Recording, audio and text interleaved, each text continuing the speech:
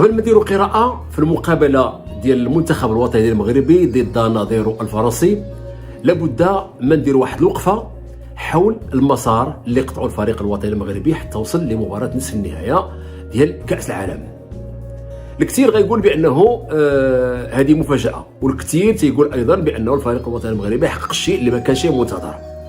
ولكن بغيت نمشي مرحلة بمرحلة. إلا خدينا المقابلة الأولى ضد كرواتيا، هذه المقابلة بدون شك شافوها المنتخبات اللي كانوا معنا في المجموعة، وأيضا المنتخبات اللي ممكن أن نتواجه معهم في الدور الثاني. المقابلة قدم فيها الفريق الوطني شيء كثير. جات المقابلة الثانية ضد بلجيكا، بمعنى أنه بلجيكا شافوا الفريق الوطني المغربي ودرسوه مزيان ولعبوا معاه، يعني لما جاوا يدخلوا يلعبوا معاه عارفين المكامن ديال القوة ديالو المكامن ديال الضعف، ومع ذلك الفريق الوطني المغربي انتصر. جات المقابلة الثالثة انتصرنا فيها على كندا، وبالتالي تأهلنا متصدرين للمجموعة.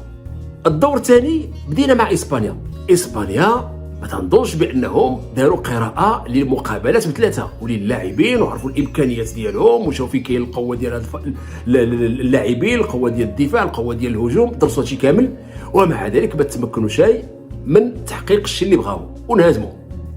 مشينا للمقابله ديال البرتغال كذلك غيكونوا شافوا كرواتيا وشافوا بلجيكا وشافوا كندا وشافوا اسبانيا على الخصوص، ومع ذلك انهزموا في الوقت الاصلي في 90 دقيقه 1-0.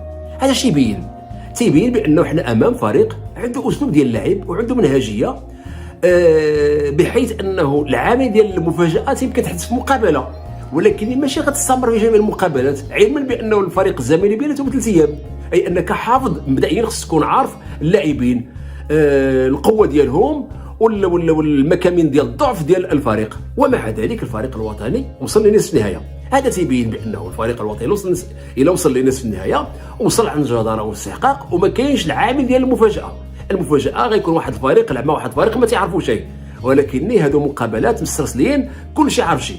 الان غندوز للمقابله ديال المنتخب الفرنسي. المنتخب الفرنسي بعد ما تقصى، الان غندوز للمقابله ديال المنتخب الفرنسي مع المنتخب الوطني المغربي. المنتخب الفرنسي من بعد ما قصى انجلترا الصحافه كلها تحدثت على انه الفريق الفرنسي يلعب تقريبا باسلوب ريال مدريد ديال السنين الاخيره، يفوز بالالقاب بدون ما تكون عنده فريق قوي، بدون ما يكون عنده لاعبين مميزين، عنده يعتمد على بعض العناصر اللي عندهم تجربه تخليهم يفوزوا بكاس عصبه الابطال. هذه الصحافه الانجليزيه. صحيح الفريق الفرنسي يعتمد بالاساس على انتظار الفرق يعني اللي تيواجهها، يعني تقدم نحو المرمى ديالو باش تخلي الفراغات باش يدير هجومات مضاده بواسطه مبابي، ديمبيلي على الخصوص، وعندهم غريزمان عنده التميرات ديالو طويله ودقيقه، وعندهم هداف اللي هو جيرو. هذا جيرو هذا الا ما وصلتش الكره من عند غريزمان ولا من عند مبابي ولا من عند ديمبيلي ما غيبقى ما غيشكلش خطوره، علاش؟ لانه خصو توصل الكره. اذا القوه ديال الفريق الفرنسي هو انه يعتمد على الحملات المضاده، والحملات المضاده اللي خص يكون فيها مساحات. ديمبيلي ومبابي على الخصوص هذا ما خصوش يكون عنده مدافع واحد امامه، وما خصش تكون عنده مساحه يعني كبيره، لانه اولا لاعب كبير قوي بدنيا سريع وتيلعب برجل اليمنى برجل اليسرى، يعني لاعب متكامل. ديمبيلي كذلك عنده هذه الامكانيات. اذا حنا لما تنتحدثوا على المنتخب الفرنسي حنا عارفين القوه ديال الفريق ديالنا، حنا تنقلبوا على مكامن ديال القوه ديال الخصم باش نحدوا منها. على مستوى الدفاع ما عندوش دفاع قوي. ايرلانديش الجهه اليسرى هذا كان غير بديل، ما كانش لاعب رسمي. فاران وباميكانو هادو يعني المستويات ديالهم عاديه جدا. كوندي كظهير ايمن ماشي شي واحد اللي غنقولوا بانه ماشي شي فريق اللي غنقولوا عندهم دفاع قوي. وتنظن بانه وليد الركراكي ممكن يبني على هذا الاساس ديال انه ممكن نفاجئوا الفرنسيين، ولكن بدون ما نخليو المساحات الكبيره. انا اركز على المساحات الكبيره. مبابي ما خصوش ياخذ الكره وقدامه مساحه كبيره. مبابي لما ياخذ الكره وكيف ما كان الحال غيكون حداه يعني حكيمي تعرفوا مزيان، لما ياخذ الكره خصو يلقى حكيمي واللي تيغطي على حكيمي واللي تيغطي على ما بعد حكيمي، اي انه هذا ماشي شي واحد اللي غتخلي له واحد ولا جوج، خص انه لما ياخذ الكره خصو ياخذها في نصف الميدان، ما ياخذش على مقرب منطقه الجزاء. هذه هي القوه ديال الفريق الفرنسي. وعندهم جريزمان صاحب التمريرات الطويله، ولكن التمريره الطويله الا خليتي يعني مهاجم مثلا ديمبيلي بوحده في الجهه اليسرى، اما في الجهه اليمنى تمشي هو الجهه اليمنى، اما مع مزراوي واما غادي يكون مع عطيه الله. على كل حال اللي غيكون تماك خصو يعرف بانه هذا لاعب ما خصش تكون الكره بين رجلو. يعني القوه ديال الفريق الفرنسي حملات مضاده، فاز بها بكاس العالم وتيعاود يطبق نفس الاسلوب. يعني عندهم مبابي ما تيرجعش نهائيا، مبابي تيبقى في وسط الميدان وتيتسنى ذاك الكره طائشه، لان لاحظتوا بانه الهدف الثاني اللي كان سجلوه في المقابله ديالهم الاخيره كان عباره عن فريق شكون اللي كان عندهم في ربع النهائي، كانوا هاجمين، تمريره من غريزمان غير بعدها مشات عند مبابي قضى الغرض. يعني علاش؟ لانك خلاو له جوج ديال المدافعين، وجوج ديال المدافعين تيجيو اسهل ما يكون. علاش؟ لانه عنده واحد القوه بدنيه وعنده سرعه.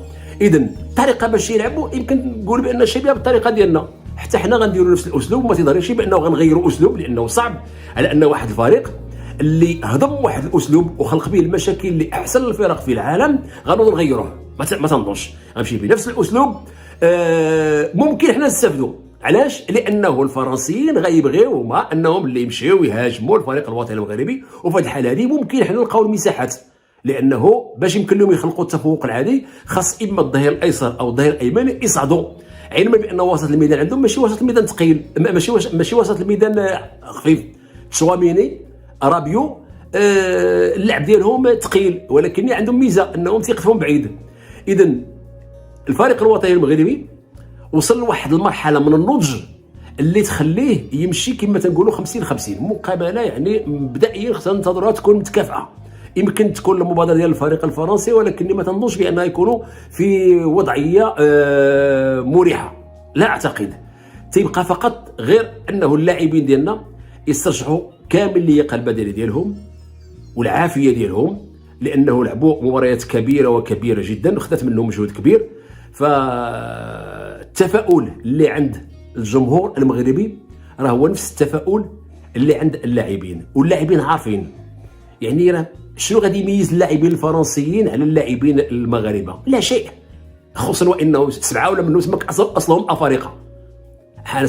بالنسبه لي انا فرنسي، باش ما نكونوش نقول شي حاجه ماشي هذيك، هادو فرنسيين تيلعبوا مع الفريق الفرنسي، ولكني من اصلهم من افريقيا، يعني بانه لاعبين افارقه 6 ولا 7 ديال اللاعبين، بمعنى انه يعني نفس المستويات ونفس الامكانيات. وهذا هو الربح اللي ربحنا، انه عندنا لاعبين تيامنوا بالقدرات ديالهم وتيقولوا هادو اللي تنلعبوا معاهم في البطولات الاوروبيه بحالهم لما غنجيو للمنتخبات. اذا غنبقاو متفائلين، والتفاؤل شيء مشروع، لانه الفريق الوطني المغربي كسر اليوم واحد الحاجز ديال انه ما نسمحش الفرق الافريقيه توصل لنصف النهايه. حنا غنبقاو طامحين حتى ان شاء الله نمشيو للنهايه. ولكن على كل حال فاحنا الفريق الوطني المغربي يعني المشاركه ديالو نجحات، ولكن الطموح يبقى دائما كبير. علاش؟ لانه حسينا بانه كاين لاعبين عندهم امكانيات باش يخلقوا جميع الفرق، ولاحظت بانه القاسم المشترك بين جميع المدربين تيقول بان الفريق الوطني المغربي تيلعب واحد الاسلوب صعيب معقد، ما تيعرفوش يفكوا الشفره، يعني تيقلبوا على جميع الحلول ما تيلقاوهاش. نتمنوا حتى دي شون تا هو يفقد كما تنقولوا التركيز ديالو ويفقد داك البوصله اللي تخليه انه يفك الشفره ديال الدفاع ديال الفريق الوطني المغربي او الفريق الوطني المغربي. ونتمنى للفريق الوطني المغربي التوفيق ان شاء الله، وكنا امل باش نمشيو ابعد ما يكون في كاس العالم، وابعد ما يكون هو كاس العالم.